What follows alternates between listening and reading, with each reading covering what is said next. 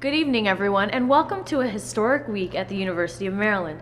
My name is Simone Bongo Vieja, and I am a graduate journalism student in the Philip Merrill College of Journalism. And I'm Sean Mahoney. I'm a senior broadcast journalism major in the Merrill College as well. And we are proud to be your host for a series of events to commemorate the inauguration of Darrell Pines as the 34th president of the University of Maryland. Tonight is the first event of Inauguration Week, and we begin with a look at some of the grand challenges of our time from a historical, cultural, and artistic perspective. Presented by the College of Arts and Humanities, welcome to the Art of Humanizing Grand Challenges.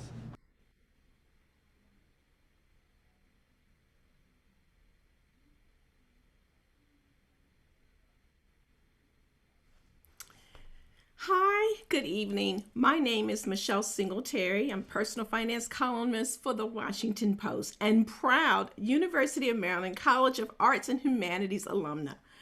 I am the moderator for tonight's inaugural kickoff event, The Art of Humanizing Grand Challenges. I'm excited to talk to a panel of arts and humanities experts about the extraordinary challenges facing America, not just today, but throughout its history. Racial injustice, political division, gender inequality, immigration, climate change, among others. In times of crisis, we look to past and present societies, artifacts, visual culture, literature, speech, and more to gain a perspective. Today's panelists are working on ambitious scholarship and projects that investigate and present information on these grand challenges to students in the classroom and through public-facing projects. Let me introduce the UMD faculty experts we will have here today. Historians Darrell Williams and Robin Munsey, Professor of American Studies and Government and Politics Janelle Wong, and artist Cy Keener. First up, historian and co-principal investigator of enslaved.org, Darrell Williams, will speak about racial injustice and enslavement. Welcome, Darrell. Thank you so much for joining us today. So, Darrell, help us trace the long history of racial injustice in America through the lived experiences of enslaved Africans. Tell us about your scholarship and project, enslaved.org. Well, thank you. Of course, we can think about race and America and slavery as combined. The foundations of all three are very much intertwined. So to understand America and to understand race and racism is also to understand slavery. So part of the project that I'm part of, which is called enslaved.org, tries to look at that history in the United States and globally, particularly using an open source, open access platform, a discovery platform to understand the lives of the enslaved through a combination of data sciences, historical research, and family and genealogical history. Wow, that's great. So how does your work connect to or inform the current conversation that's going on right now about race? Well, again, because race and slavery are so intertwined in the United States, to study slavery is, of course, to also study race and racism, racial formations. But we are particularly interested in speaking the names of the enslaved, looking at those individuals in their fullness of their lives, but particularly their names. So in that way, we're speaking to the moment of 2020 and beyond, of saying their names and understanding to say one's name is to understand race, and particularly anti-racism, and centering Blacks and Blackness as well. Right. So you keep saying say their name. Can you talk a little bit more about why that's so important? Well, it is because the violence of enslavement in part was a violence of erasing people of their names or stripping of their names, Africans being stripped of their African names and given Christian or classical names, but also in the archival record, stripping the names of individuals to reduce them to objects, commodified objects. And so to say the name, to recover that name is to recover that person, to connect to that person and to understand that person as a named individual and part of a family and a community. And we have tools in the humanities to do that kind of work, to recover those names and to say them. Right. I'm going to ask you one last question before I do that. So anybody can use the website, right? It's Absolutely. open. Enslaved.org is open access, open source, don't have to register, free of charge. We welcome Right. all. That's wonderful.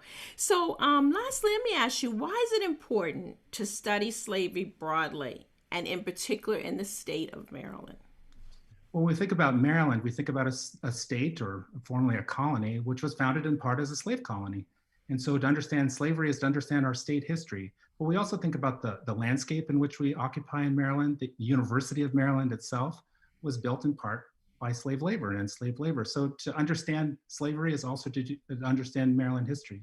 But I would also say to understand that in the state of Maryland is also to understand our particularities in a larger process of slave emancipation, and how Maryland's particular history of abolition is neither the Emancipation Proclamation nor is Juneteenth, but it speaks to both of those. Yeah. I said that was last, but I'm just going to throw this in. Okay. Because, it's really hard for people to even talk about slavery. Because the first thing, if you bring it up, oh, that was so long ago. Why are we still talking about that? Why are we still talking about that? But it's not so long ago. It lives within us. It lives within the fabric of our society, of our democracy, and the fissures in our democracy as well. It lives in our landscape, in our built landscape. The memorials and monuments that we think are important, that should be stood up or torn down, are all, not all, but many of them are invested deeply in this understanding of slavery and enslavement. So that is why one of the many reasons why it's important. Yeah, wow, that's great. Thank you so much. And I would encourage everybody to go to the website. It's very easy to use. And I really hope, now, can people send you information for the site? We do. We have a process in which scholars can contribute data sets. They're based on their research, but also for the general public, including family historians, genealogists, who can also submit, and K through 12 educators can submit their materials and also use the site as well for their own discovery process. Great. I got a big family book I might send to you with all my crazy relatives. So thank you, Daryl. So next, I'd like to transition to Robin Munsey, a historian investigating the long and complicated struggle for gender equality and voting rights in America. Hello, Michelle. Hi, how are you? So good to see you. Well, virtually anyway. You too. So Robin, tell us about your scholarship and the project Rightfully Hers, American Women and the Right to Vote, which helped mark the 100th anniversary of the 19th Amendment to the U.S. Constitution, granting women the right to vote, or did it? Thank you so much, Michelle. Rightfully Hers is an exhibit at the National Archives in DC, which I had the great honor to guest curate. The exhibit did indeed commemorate the 100th anniversary of the 19th Amendment, which most people would say enfranchised American women. But in the exhibit, we make the argument that, in fact, it is inaccurate to claim that the 19th Amendment enfranchised American women, and it's inaccurate for two main reasons. The first is that millions of American women already had the vote before the 19th Amendment was ratified. They were enfranchised by their states. And in fact, it's because so many women were already voting that men in Congress were pressured to pass the federal amendment. So if we want to understand how that major change happened, and so many other major changes in our history, we need to zero in on the grassroots activists in the states who over generations made this change, so that grassroots activists in the states were responsible for producing the 19th Amendment. Wow, that's so interesting. The second reason that it's inaccurate to say that the 19th Amendment enfranchised American women is because millions of women still were barred from the polls even after the 19th Amendment was ratified. So the amendment said that no state or the federal government could deny the vote on the basis of sex. But it didn't say that the states could not deny women the vote on other bases, and many states did. So for instance, African-American women in the South were disfranchised by the same measures that had largely disfranchised African-American men by 1920. Poll taxes, unfairly administered literacy tests, brute violence. Yeah. Similarly, Asian immigrant women could not hope to vote in the United States in 1920 or immediately thereafter because they couldn't become citizens. Many states disfranchised Native American women who lived on reservations. So all of those women and their allies and many more the list goes on and on, continue to struggle for suffrage after 1920. And one of the takeaways from the exhibit is that the suffrage struggle is our struggle. It is not over. It's not over. That's I love that. I don't love it because I love it. I love it because it's really current, that statement that you just made. So how does history help explain the current political movement, particularly the politics of voter suppression, which of course we know is happening right now and it's very real, and the historic election of Vice President Kamala Harris? Oh, yeah. So the history of women's suffrage makes clear that current efforts to suppress the vote are absolutely in keeping with the long history of voting rights in the United States.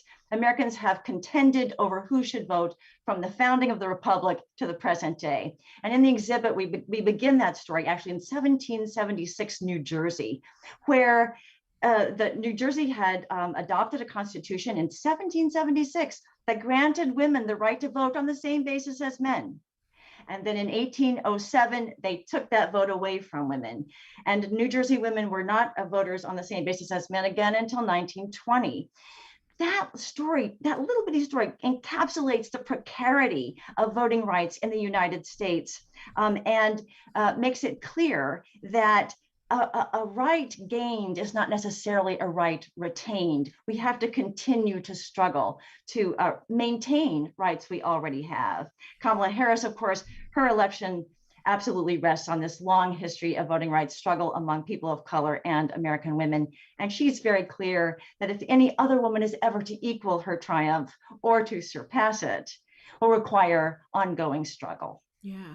You know, the one thing that you kept saying, and it's so important, and when we're talking about voter rights, why it's so important that we vote in our state elections, is that a lot of this rests on the state rules. Oh. I mean, we sort of think of it as federal government impeding the rights for women, but your study and this project talks about how important it is that we vote in our state elections and know for real how we're voting. Because, most people vote, they pick the big ticket people, right?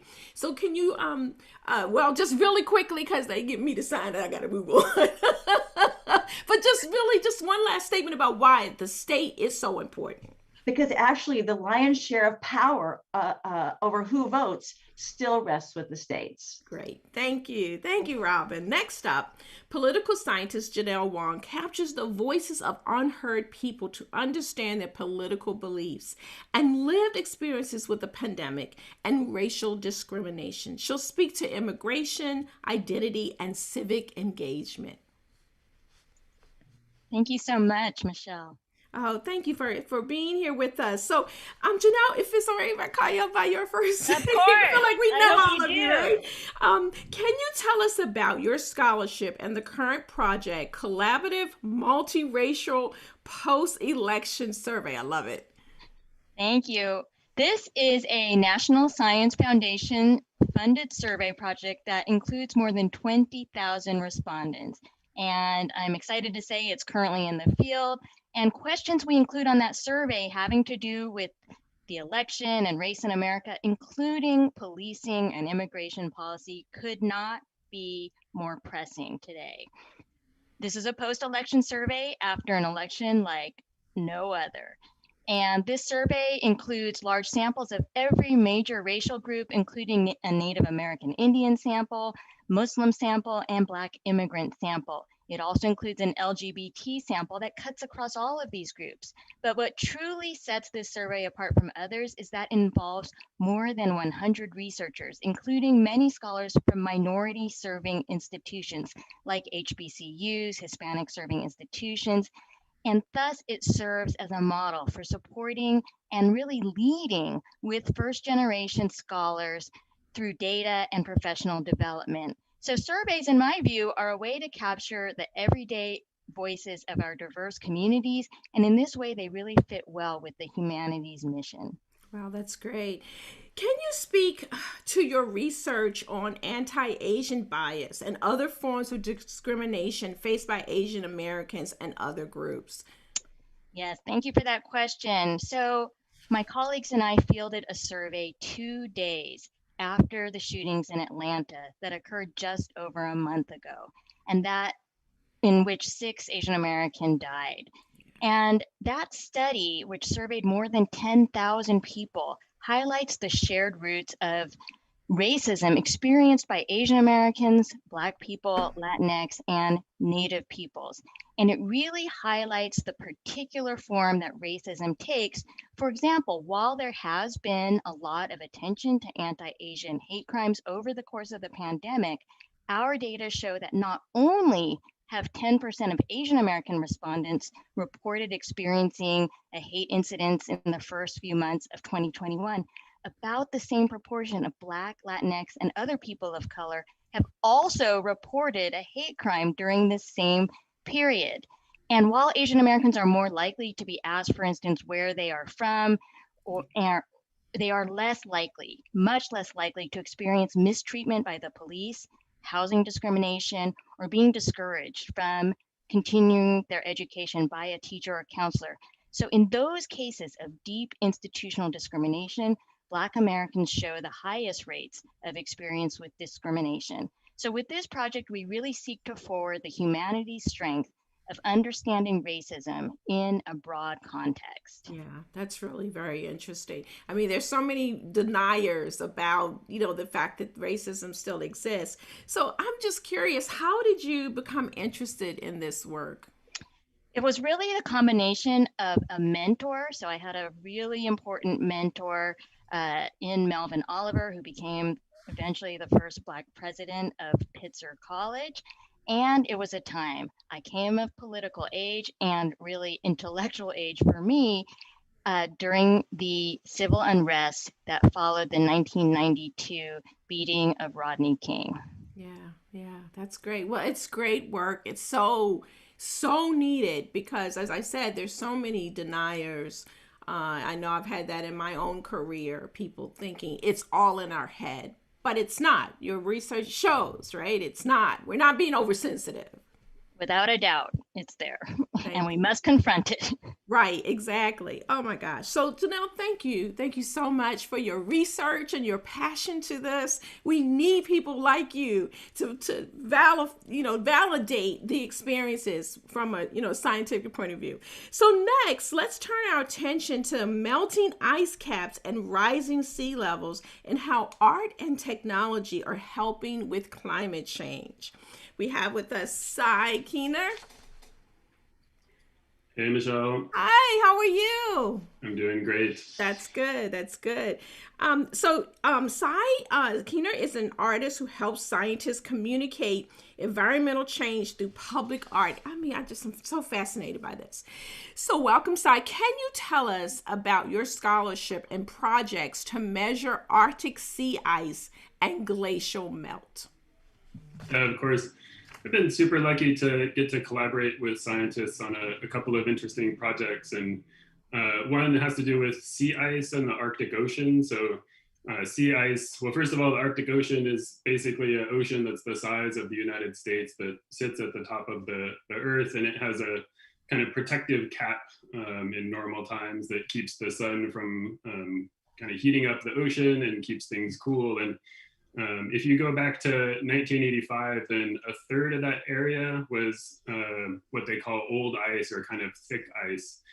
So it would survive 3 or 4 summers or more without melting. And if you fast forward to now, then that old ice has basically disappeared. It's down to 1% of the cover of the ocean. And so I've been super fortunate to be able to get out there and kind of be embedded with these scientists and to try to record some of the last bits of that old ice and to try to help them measure the ice that is out there, which is a really fun thing for me to do. And then I place my own sensors out there in the ice, and then I do sculpture pieces and kind of data drawings that are based on the data that comes back from there.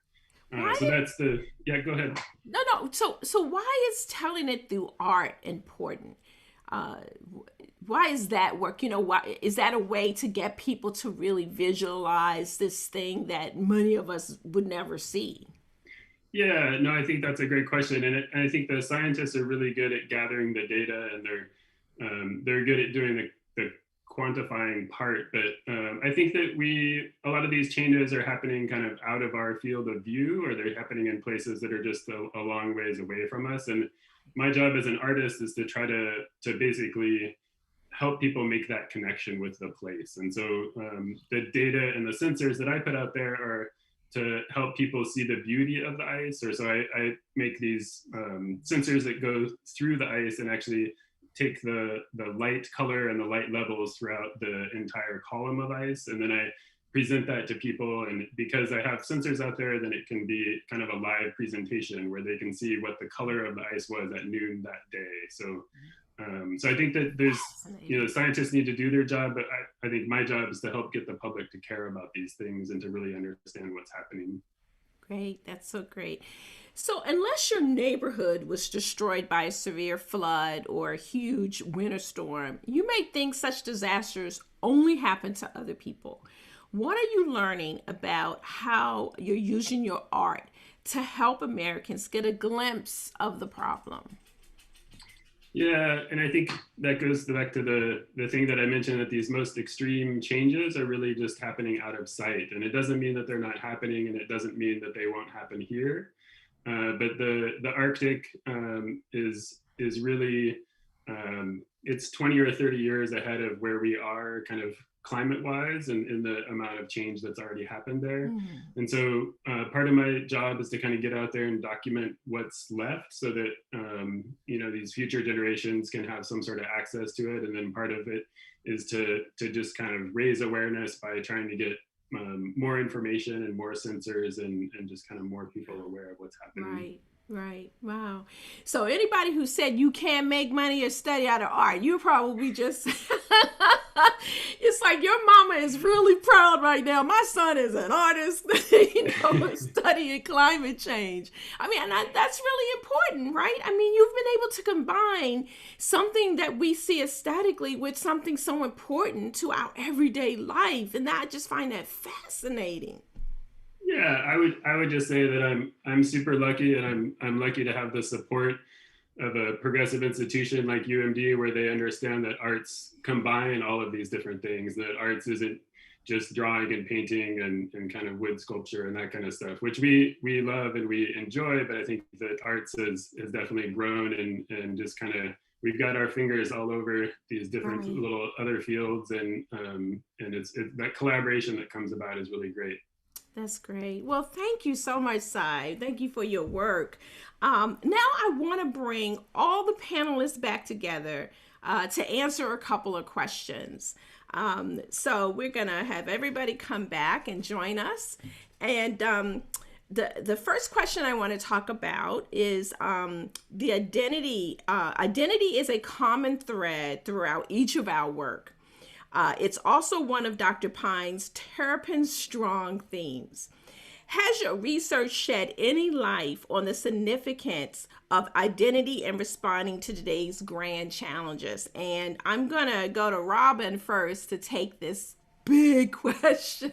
Yeah, thanks so much, Michelle. Yeah, I think one of the things that my work on suffrage has brought home to me is the significance of intersectionality in understanding identity. Intersectionality says that there's no one basis of our identity that can explain our whole experience, our sense of self, our location in US society. And that means that we have to care about all aspects of our identity. So if you care about women, you have to care about every basis on which women are discriminated against. You have to care about class, you have to care about race, you have to care about age, you have to care about citizenship and immigration status, you have to care about ability, disability. These are all bases on which women have been discriminated against at the polls.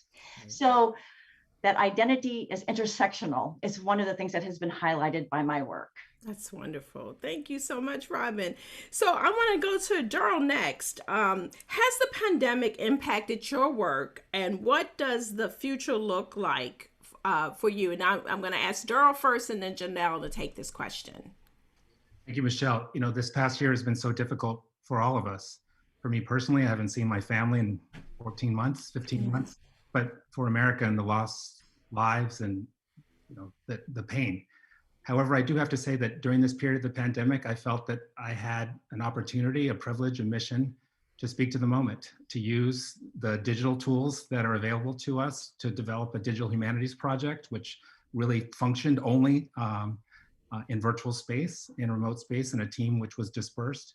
And then to do that work, to speak to the racial justice moment, to say their names, and to embed our work within a larger national conversation, a global conversation about racial justice. And so for me, this pandemic has been both quite difficult personally and of course nationally, but also quite generative as well. Yeah, thank you. What about you, Janelle?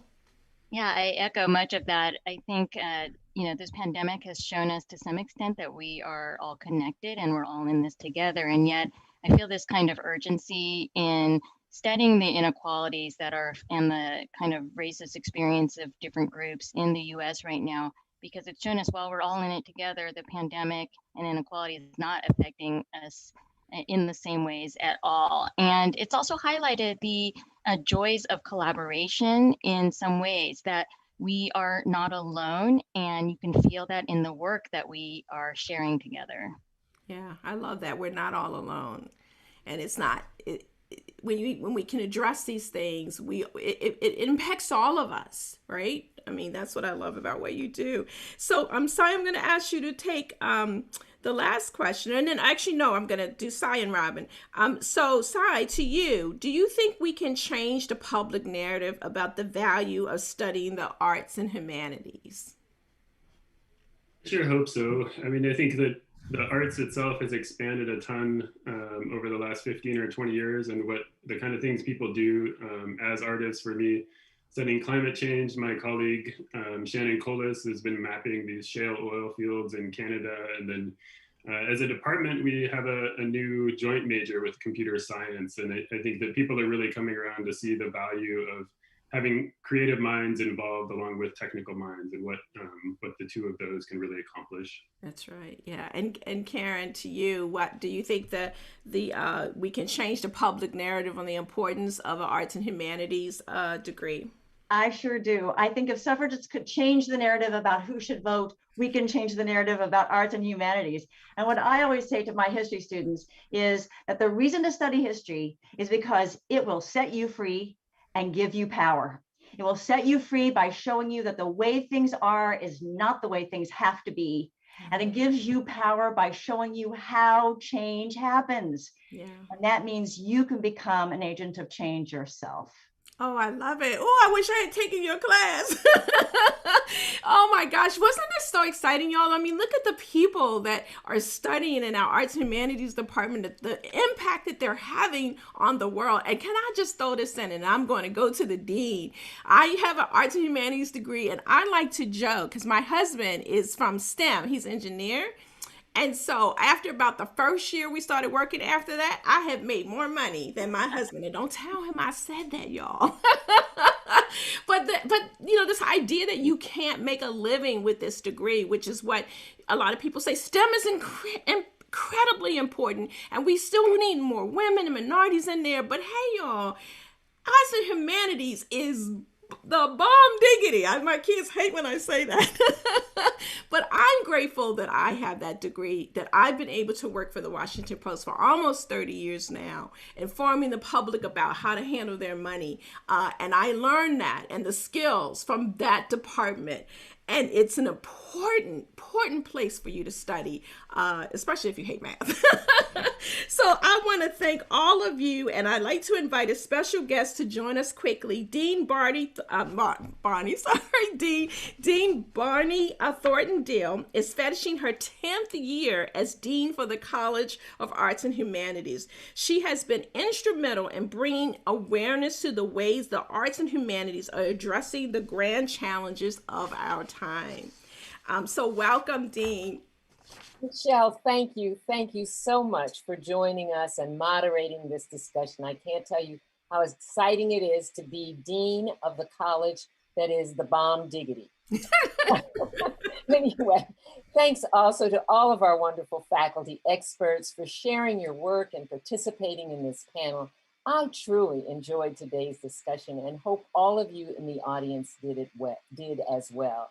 Here at the University of Maryland, championed by President Pines, we are deeply committed to addressing the grand challenges of our time through our research, teaching, and creative practice.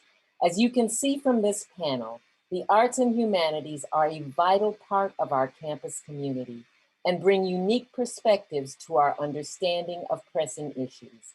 Our approaches are multisensory.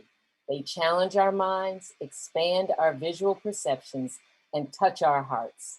We are pleased to participate in welcoming and honoring President Pine's vision and to join him in addressing some of the greatest challenges of the era. Thank you. Thank you for joining us for tonight's program. Please join us tomorrow night for an intimate look at artist, scholar, collector, and distinguished university professor, David C. Driscoll.